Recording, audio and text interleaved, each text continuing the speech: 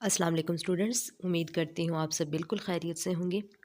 जी students, आज हम eco 402 के लेसन नंबर 36 को देखेंगे, जो कि हमारे पास कंटिन्यू टॉपिक है प्राइसिंग विद मार्केट पावर का। ठीक है स्टूडेंट्स, अगर आप चैनल पे न्यू हो तो प्लीज़ चैनल को ज़रूर सब्सक्राइब कीजिएगा, वीडियो को लाइक भी किया करें ताकि मुझे पता चले कि वाकई आपको जो है वो कुछ समझ आई और आपको मेरे लेक्चर्स जो है वो पसंद हैं। तो देखिए, थोड़ा बहुत तो आप जो है वो मुझे गिफ्ट कर दिया करें, गिफ्ट मीन लाइक कर दिया करें, कोई प्यारा सा कमेंट छोड़ दिया करें। ठीक है। और दूसरी बात रही, बहुत सारे स्टूडेंट्स ने जो है वो मैसेजेस किए थे कि मैम इसके 36 से 45 तक लेक्चर्स कंप्लीट करें। तो इंशाल्लाह स्टूडेंट्स आपको मिल जाएंगे। थोड़ा सा जो है वो सब्र भी रखें, जितने लेक्चर्स हो चुके हैं इतने उनको प्रिपेयर कर लें। ठीक है, और परेशान ना हो, इंशाल्लाह मेरी फुल कोशिश है कि आपके 45 तक लेक्चर्स कंप्लीट कर दूँ। देखिए, बहुत सारी इश्यूज़ होते हैं हमारे साथ भी। मैं जो है वो बहुत मुश्किल से मुझे टाइम निकालना पड़ता है आप लोगों के लिए। तो लेकिन मेरी कोशिश है कि मैं अपने स्टूडेंट्स की जो है वो तैयारी अच्छी करवा सकूँ, जितना करवाऊँ अच्छा करवा दूँ। ठीक है, चलिए अब चलते हैं हम अपने पॉइंट पे। हमारे पास जो पहला ये है कि एयरलाइन फेयर्स। देखिए, हम प्रीवियस लेक्चर्स में हमने एयरलाइंस के बारे में मैंने आपको एग्जांपल दी थी कि बिज़नेस क्लास की अलग होती है, कैजुअल ट्रैवलर्स की जो है वो अलग जो है वो उनको पे करना पड़ता है। वो हमने पीछे जो डिटेल में मैंने आपको समझाया था, सेम वही चीज़ इन्होंने आगे यहाँ पे वो कर दी है। ठीक है, तो differences in elasticities imply that some customers will pay a higher fare than others. वो कहते हैं कि कुछ ऐसे होता है कि कुछ कस्टमर्स को ज़्यादा जो है वो पेमेंट करनी पड़ती है। ठीक है, सीट की।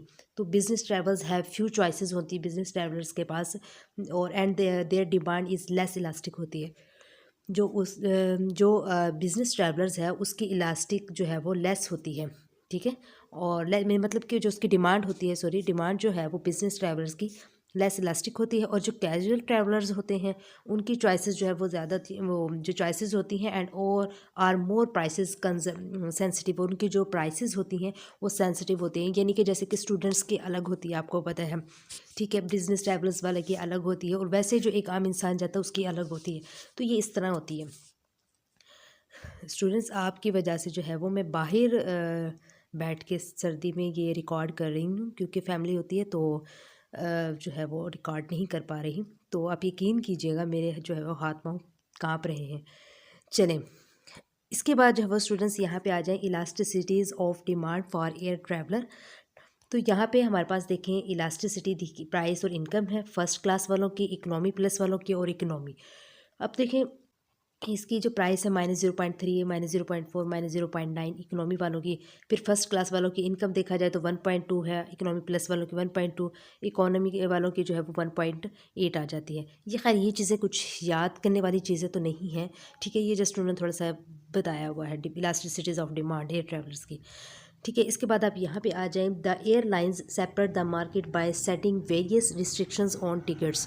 वो कहते हैं कि जो एयरलाइंस वाले जो हैं वो जो मार्केट है वो सेपरेट कर देती है मुख्तलिफ रिस्ट्रिक्शंस लगाकर टिकट्स को। ठीक है, अब देखें, लेस एक्सपेंसिव जिनकी कम जो पेमेंट करते हैं उन पर नोटिस किया जाता है, उन पर स्टे ओवर द वीकेंड होता है, नो रिफंड, यानी उनकी कोई वापसी नहीं होती, वीकेंड पर होता है। ठीक है, और जो मोस्ट एक्सपेंसिव वाले तो उनके पर कोई रिस्ट्रिक्शंस नहीं होती, कोई रुकावट नहीं होती, वो जिस तरह मर्जी जो है वो करें, उनकी जो है वो फंडिंग भी हो सकती है और उनकी कोई रिस्ट्रिक्शंस नहीं होती। ये जो है वो इनका थोड़ा फ़र्क होता है कि जो एयरलाइंस वाले सेपरेट जो है वो रिस्ट्रिक्शंस, मुख्तलिफ रिस्ट्रिक्शंस जो लगाते हैं मार्केट्स पर, वो क्या वजह है, एक लेस एक्सपेंसिव वालों के लिए और एक मोस्ट एक्सपेंसिव वालों के लिए। इसके बाद स्टूडेंट्स हमारे पास आ जाता है जो है ये separating the market with time. ठीक है, इसमें क्या होता है कि initial release of a product the demand is in elastic. जब डिमांड हमारे पास इन इलास्टिक होगी तो हमारी जो इनिशियल है, यानी जो इब्तदाई जो हमारे पास प्रोडक्शन की रिलीज़ है वो क्या होगी।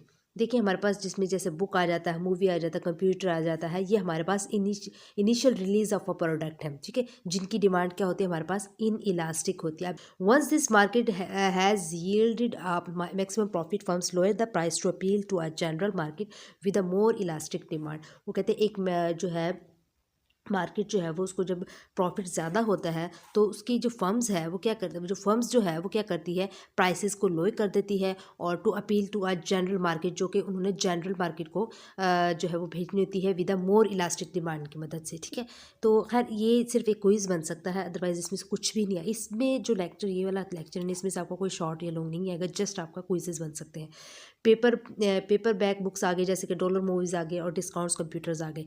ये हमारे पास जो है वो एक वो फर्म्स है जिसको प्रॉफिट मैक्सिमम हो जाए तो वो प्राइसेस को लो कर देती हैं।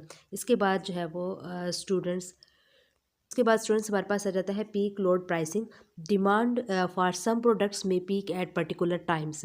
डिमांड जो है वो कुछ प्रोडक्ट्स की ऐसी होती है जो कि पीक पर होती है, जैसे कि जब हमारे पास पीक पर हो जाती है, कब होती है, जब जैसे हमारे पास जब ट्रैफिक रश आवर ट्रैफिक, जब हमारे पास ट्रैफिक का रश बहुत ज़्यादा हो जाता है, वहाँ पे हमारे पास क्या हो जाती है, डिमांड ज़्यादा हो जाती है। अब इलेक्ट्रिसिटी कब हमारे पास ज़्यादा होती है, जब हमारे पास समर सीज़न आता है, गर्मी आ जाती है, हमें बिजली की ज़्यादा ज़रूरत होती है।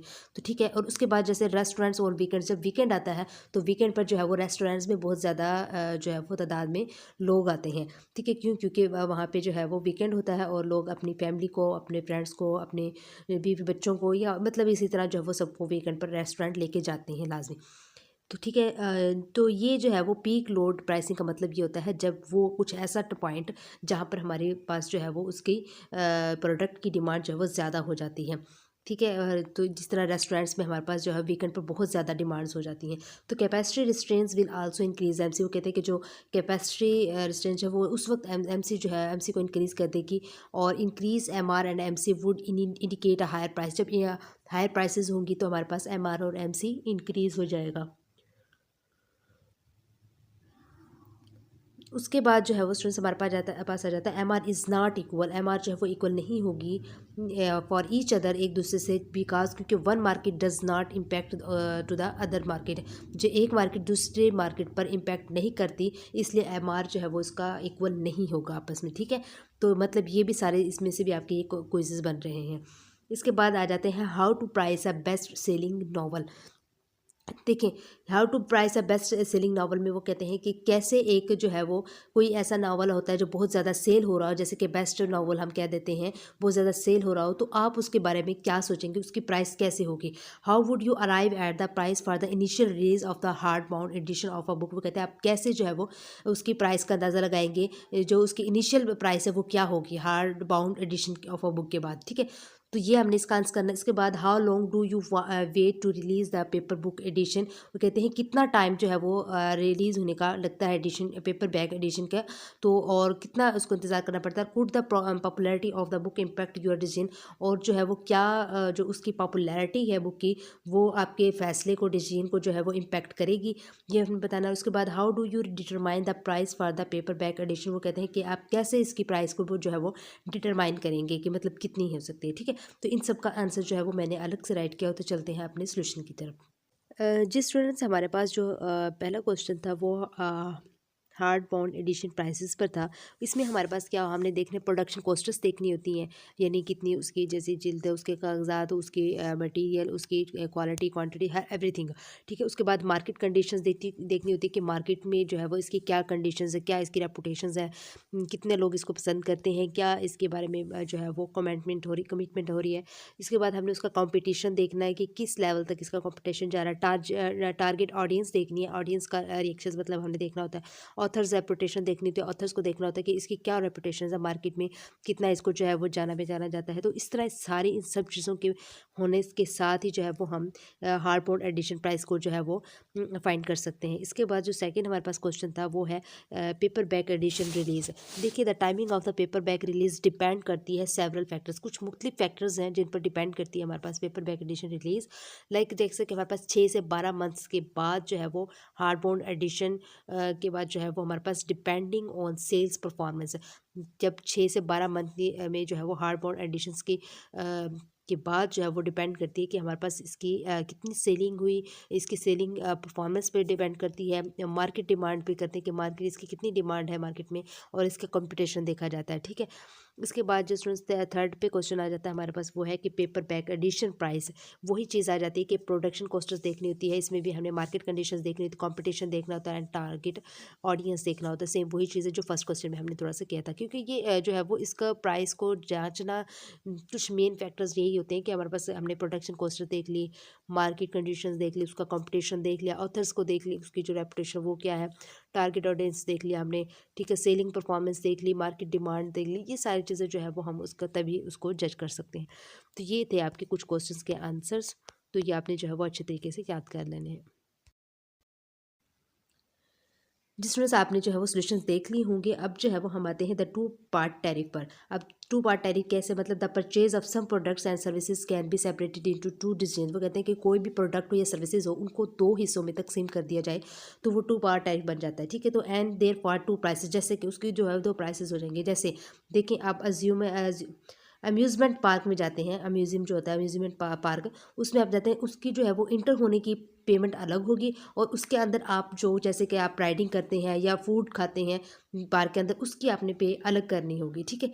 ये ये जो है स्टूडेंट्स आपका टू पार्ट टैरिफ हो जाता है। जैसे कि टेनिस क्लब की बात की जाए तो वहाँ पे ज्वाइनिंग की पे अलग होती है, और उसमें खेलने की अब जो है वो पे अलग करना पड़ेगा आपको। सेफ्टी रेजर हो गया, जैसे कि उसमें आपको पे फॉर रेजर के लिए अलग करना पड़ता है और ब्लेड्स के लिए अलग होता है, ठीक है। ये सारी जो चीज़ें हमारे पास होती है, टू पार्ट टैरिफ होता है, ये अपनी कर लेना है। और इसके बाद जो है वो प्राइसिंग डिसीजन जो है वो, अगर प्राइस को का जो डिसीजन लेना है तो उसकी सेटिंग जो है वो एंट्री फ़ी की जो है वो टी से डिनोट किया जाता है एंट्री फ़ी को, और यूजेज फ़ी को हम पी से जो है वो डिनोट करते हैं। वो कहते हैं choosing the trade off between free entry and high use.